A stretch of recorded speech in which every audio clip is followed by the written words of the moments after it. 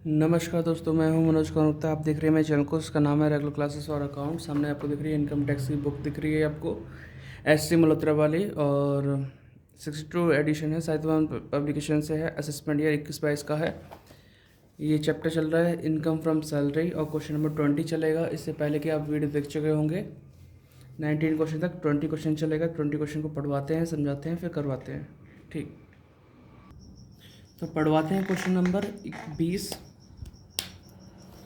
तो इसमें लिखा हुआ है 20 क्वेश्चन के अंदर, following particular furnished by mister Basant, a citizen and resident of India. Basic salary दे रखी है after deduction of contribution to RPF 2,40,000। Deduction के बाद ये सैलरी है, और ऑन कंट्रीब्यूशन टू आरपीएफ दे रखा 20,000, यानी एम्प्लॉय का खुद का कंट्रीब्यूशन कितना 20,000 है। इंटरेस्ट क्रेडिट टू आरपीएफ दे रखा 9.5% के हिसाब से 3600। ध्यान रखना 3600 रुपये जो है 9.5 से है, ये तो माफ़ रहेगा, क्योंकि 9.5% तक माफ़ होता है। उससे अगर ज़्यादा हो तो इंटरेस्ट के लिए वो टैक्सेबल माना जाता है। House rent allowances, the house is at Kolar and rent paid हमें दे रखा कितना 30,000। ठीक है, और यहाँ पे ये कितना दे रखा है इसमें, हाउस रेंट अलाउंसेस 14,400 मिला। Unit linked insurance plan contribution paid by employer कितना था इसमें 2,000 है। और कंप्लीट टैक्सेबल सैलरी और इतना हमें निकालना है 21-22 के लिए। और एक हिंट भी दे रखा, तो हिंट भी पढ़ लो आप। Contribution to unit link insurance plan by the employer is a taxable perquisite. तो यूनिट लिंक इंश्योरेंस प्लान में अगर आप कर रहे हो, एम्प्लॉयर कर रहा है कंट्रीब्यूशन, तो टैक्सेबल हो गई होगा। ठीक है, तो इतना सब चीज़ थी। से आपने स्क्रीनशॉट ले लो, इसका स्क्रीनशॉट ले लोगे तो फिर जब आप क्वेश्चन कराऊंगा तो आप क्लियर कर सकते हो कौन सा पॉइंट कहाँ कहाँ से आया। ठीक, तो स्टार्ट करते हैं क्वेश्चन नंबर 20। यहाँ लिखेंगे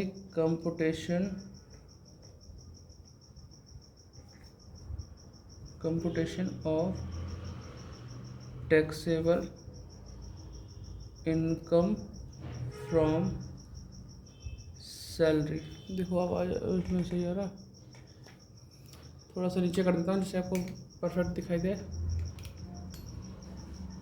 ठीक है, computation of taxable income from salary for the assessment लिखूँगा, फॉर द असेसमेंट ईयर 2021-22 लिख दिया। आपको बता रखा है सैलरी जो है वो कंट्रीब्यूशन करने के बाद 2,40,000 है, और कंट्रीब्यूशन कितना है 20,000। तो कंट्रीब्यूशन के बाद 240, तो कंट्रीब्यूशन से पहले 260 होनी चाहिए। लेकिन लिखेंगे कैसे इसमें, इसे लिखेंगे इस तरह से, सैलरी कितनी दे रखी है 240, आफ्टर कंट्रीब्यूशन इसमें ही ऐड कर दो कंट्रीब्यूशन टू आरपीएफ 20,000। तो यहाँ पे टोटल कितना हो गया 2,60,000। ठीक है, इस तरह सैलरी में लिख दी 2,60,000। अगला पॉइंट आता है सेकंड, ऑन कंट्रीब्यूशन। तो ठीक है, इंटरेस्ट के बारे में दे रखा है, हाउस रेंट अलाउंसेस दे रखा है, ठीक, यूनिट लिंक इंश्योरेंस प्लान दे रखा है। तो अब हम क्या करें, अब ये सॉल्व करते हैं, क्योंकि जितना ये कंट्रीब्यूशन कर रहा है उतना ही इसका एम्प्लॉय भी कर रहा होगा।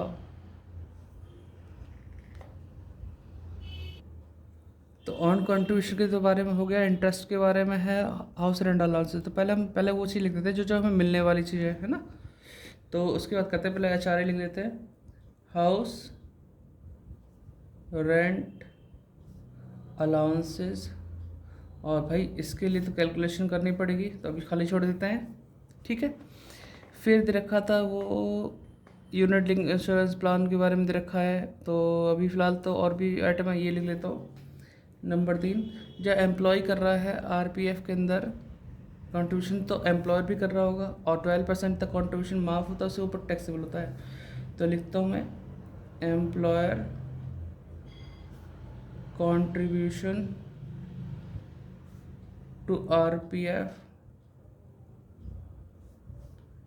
in excess of 12%। तो अभी लिख के खाली छोड़ दो।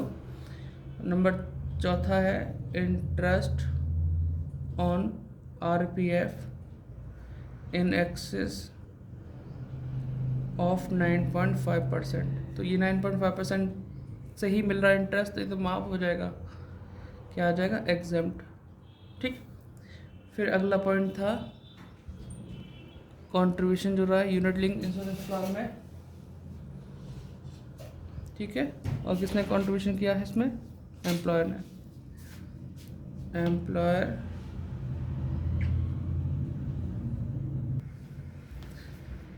तो एम्प्लॉयर ने कंट्रीब्यूट किया है कितना, 2000 रुपये contribution in unit link insurance plan. इसे शॉर्ट फॉर्म लिख सकते हो तो ULIP,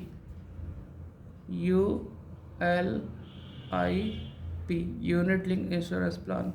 तो ये टैक्सेबल होता है, ये भी आपका कितना आएगा, 2000 रुपये।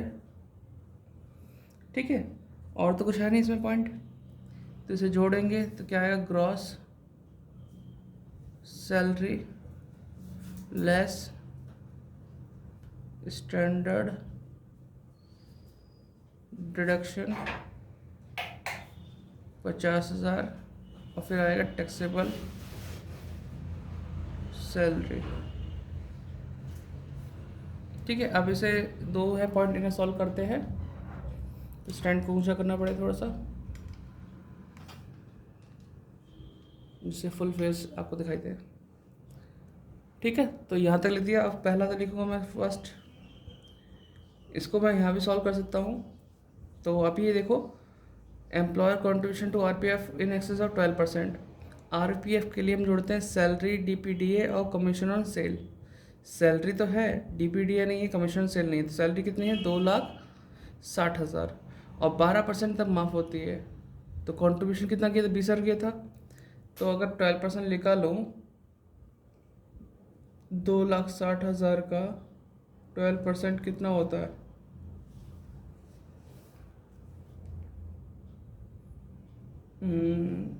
2,60,000 इंटू 12%, 31,200 होता है। 31,200 तक का कंट्रीब्यूशन क्या होता है, माफ़।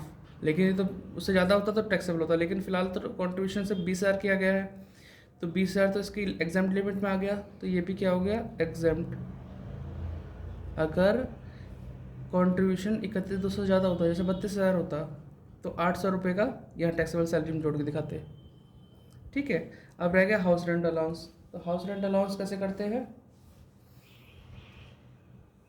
तो हाउस रेंट अलाउंस के लिए कहें calculation of taxable HRA। Number 1 HRA received, कितना HRA मिला, HRA मिला था हमें 14,400। Number 2 excess rent paid over 10% of salary.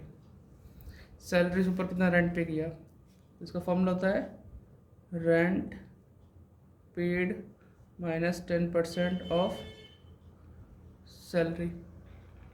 देख पा रहे होंगे। ठीक है, तो रेंट पेड किया था इसने, कोलार में मकान है और रेंट पेड हुआ 30,000। ठीक है, सैलरी इसके अंदर जो सैलरी में जुड़ते हैं, salary, DPDA, commission on cell जोड़ते हैं। सैलरी, DPDA और कमीशन ऑन सेल, ना तो DP है, ना DA है, ना कमीशन ऑन सेल है, सिर्फ सैलरी है। 260 का, 2,60,000 का 10% अगर निकालने जाओ तो 26,000 आता है। तो 26,000 लिख दिया, 30 में से 26 गए, 4,000। नंबर 3, दिल्ली, मुंबई, कोलकाता, चेन्नई के लिए 50% सैलरी का यूज़ करते हैं, अदरवाइज 40% करते हैं। ठीक है, दिल्ली, मुंबई, कोलकाता, चेन्नई के लिए 50, बाकी सबके लिए 40। अब कोलार कहाँ है, जिनने KGF पिक्चर देख रखी है उन्हें तो पता चल गया होगा कोलार गोल्ड फील्ड के नाम से जगह है, जहाँ पे पूरी मूवी बना दी है। तो कोलार अगर गूगल में चेक करोगे तो कर्नाटका के आसपास का है इलाका। तो ये यहाँ पे 40% यूज़ होगा, 40% ऑफ सैलरी।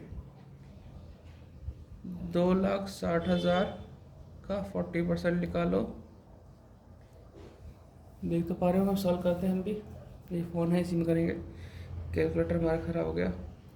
2,60,000 इंटू 40%, 1,04,000। ठीक, थोड़ा सा और आगे बढ़ाते हैं। इसे पूरा फ्रेम दिखे तो यहाँ पे लिखेंगे which ever is less is exempt. भाई जो भी कम है इन तीनों में से, तो कम है 4,000, एग्जेम्प्ट हो गया। टैक्सेबल कैसे निकालेंगे? टैक्सेबल एच आर ए मिला था 14,400, माफ़ हुआ 4,000, 10,400 टैक्सेबल आएगा। ठीक है, 10,400 आ गया। 10,400 यहाँ लिखाएंगे लिख कर, और फिर जोड़ेंगे इसको और फिर यहाँ लिखेंगे। तो अभी देखो 2,60 लिखूँगा प्लस 10,400 प्लस ये तो एग्जाम्प्ट रह गए 2,000।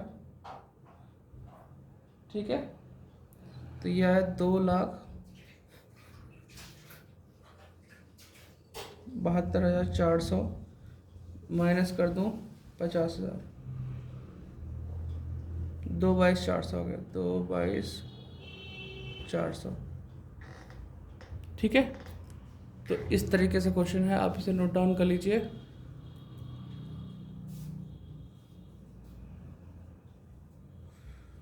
मिलते हैं नेक्स्ट वीडियो में। उम्मीद करता हूँ हमने लिख लिया होगा। Bye bye.